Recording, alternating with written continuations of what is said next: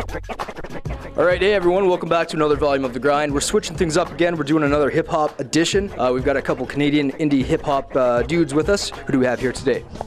Ira Lee, yo. DJ Heywood, Saskatoon, Saskatchewan. Regina, Saskatchewan. What do you guys think of the scenes? You guys I'm assuming have been there for a while. You've developed some of the scene itself.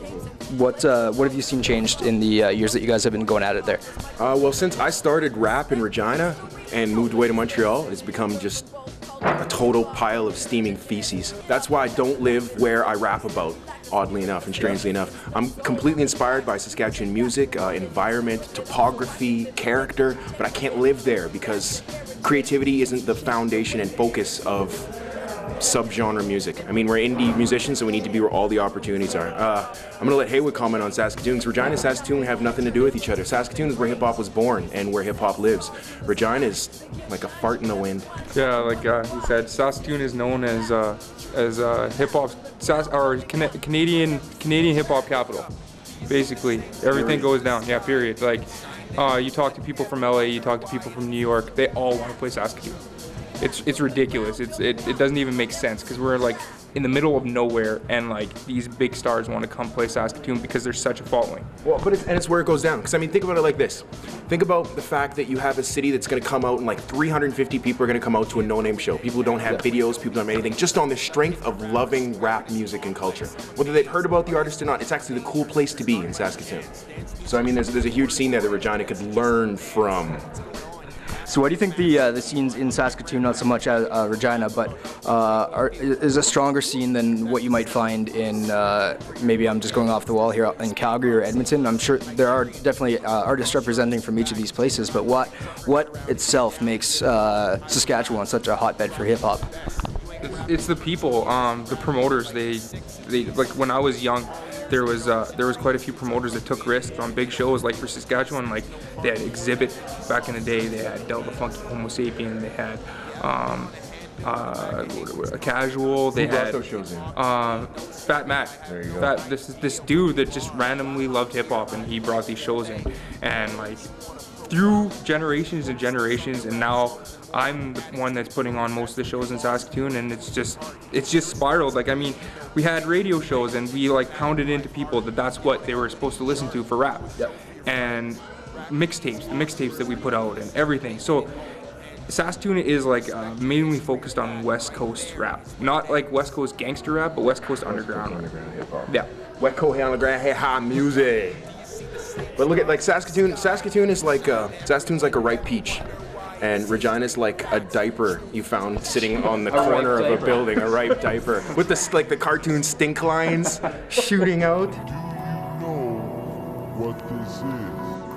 It is what it is. But like honestly, I put out like 11 albums. I'm on 11 different professionally manufactured, internationally distributed and mastered albums, including vinyl, excluding guest appearances, blah, blah, blah, and I'm still a nobody. I'm a legend of rap, but I'm a nobody, and that's how it's supposed to be. I mean, and that's why I work with this guy right here. There's probably 4 shows that have happened in Saskatoon in the last like 5 or 6 years that this guy hasn't been involved with, and they've been punished as a result of not getting into the scene directly. So it's about respect. It's about old school b-boy respect. You open up the doors, people are supposed to keep opening for you, and if they don't, I mean, you know, go grab that diaper, dog.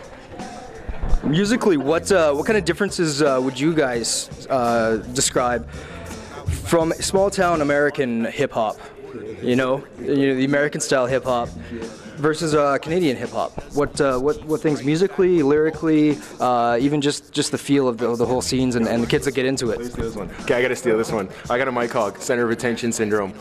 You'll notice that myself and Sheldon sound the same way we rap.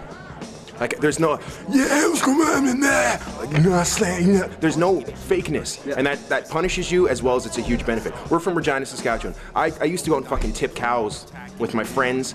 Like I knew all the panhandlers on the street. I started skateboarding. I wore the same pants for 15 years. You know, I've been on welfare in 3 different provinces. Like it's the community, and that's a massive difference. Just what's going on, I think, in the prairies or in the West. If you're touring or you're active or you're putting out music, the lyrics have to be honest and sincere. And that's what all the old school of Saskatchewan hip-hop pushes for. So there's a new school right now that's just lost. And you see that, like, this guy sounds like 50 Cent, this guy sounds like this guy sounds like that. And it's because Saskatoon is isolated.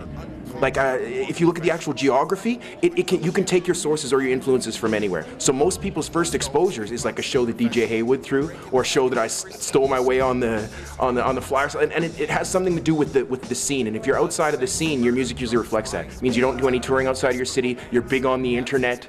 Your girlfriend's 6 friends come to every one of your show, or you're gangbanger and music's secondary. So it's like, skills first, and that's what I think what me and this guy have done. We've surrounded ourselves with the people who are the most skilled and good people, just not douchebags. Yeah. You know, anti-douchebag. You know, they're everywhere. And like, just to elaborate that, I think coming from Saskatoon, I think there's so many original styles coming from Saskatoon, or came from Saskatoon. I'm not saying coming now, but like when I came up, there was so many different styles of rap. There was slower rap, there was like real like spoken word poetry, there was real fast like West Coast like double time rap, and they had all these genres of independent rap covered. I think that more cities, like especially Toronto, dude. Toronto has nothing to do with if we played a show in Toronto at like a club that say Classified played at. Yeah. Like, they wouldn't even know what to do. Different world. It's a totally different world. And they're so close to the States. That's another thing, is like Vancouver to a certain extent, Toronto, like all the East Coast, like Montreal, they're so close to the States that they're so influenced by the States. Yeah, and it reflects absolutely in all their music. Like, we were supposed to have another artist joining us on this tour, and he couldn't make it over the border. Yeah. And that was just because of that's the way the politics work on an independent level. I mean, you have border guards tripping out on people who are obviously nobodies. I mean, the clothes that they're dressed in just show you that. And so it's really difficult to create a scene when you're trying to reach out to bring in. Mm-hmm. So it's like, I think a lot of people in Saskatchewan look outwardly, and that's how they develop their careers, is from a sense of self-esteem that perpetuates inward, which is like fucking twisted. Because if you think about it, you don't love yourself first. You start loving what everybody reacts to. And when you have a dialogue with your audience, you've lost yourself. When you're responsible for what they think of you, you're no longer you. You're a them. You're a product of that imagery. Yeah. You're sheeple. And so that's what we're against. And it's just like, basically we do that by hanging out, by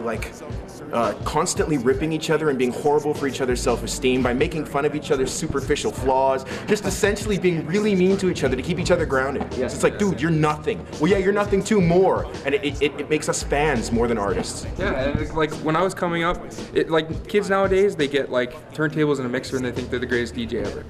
They had nobody to show them. They had nobody to criticize them. And when I came up, dude, I carried crates, I carried DJ record bags, I carried turntables. I wasn't allowed to touch them at shows. Yeah. You know what I mean? You have to pay dues in order to, you know what I'm saying? And that's where a lot of these younger people, they just don't understand. And that's why we've surrounded people with people that do understand that and do realize that there is some kind of dues to be paid in hip hop. Well, seriously though, honestly, that's fucking knowledge right there. Do you think a lot of that, just not respecting the elders, the people that put down the work in it in the past? Do you think a lot of that's because of the internet and the accessibility of just? But it's also because rap is cheesy as hell. Rap is a joke. It's a bad American joke. It's also because people can make beats on computers. Well, easy access. It's easy access to everything right now. You can buy a hip hop career, and then you can wear your hip hop career, and you can change it on Monday. I heard this dude talking in an interview, and it was a rap interview about his music. And about 75% of that interview was talking about his swagger and how he dressed. That has nothing to do with music. No. I could dress like a dirty bum. I do dress like a dirty bum half the time, and I make good rap. I don't care. I'll tell you the difference between East Coast and West Coast Canadian hip-hop music. To an American person, when you go to the East Coast, there's going to be a huge American influence. When you go to the extremities, obviously Vancouver is Los Angeles and Toronto is New York. Now, the problem with that is right in the middle, you have this huge prairie that's trying to establish their identity. So for the first 10 years that I made music, I got ridiculed because I was the first rapper in Regina. What is this guy even doing? This is a great novelty. Look at that guy at punk shows, at hardcore metal shows, anything I could do, biker bars, gay bars. There's your in.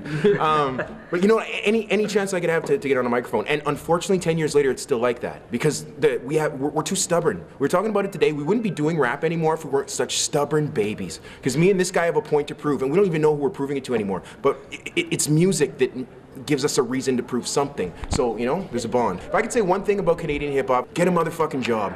Rap has a lot to learn from a lot of other musical genres. People are laughing at us because of you. Being a hipster like Cadence weapon. Unnamed Canadian rapper going, yo, we put on a show for you. Where's our money? Classified. And if DJ Ivy wants to battle, I'll battle him for his whole There you tour go. check.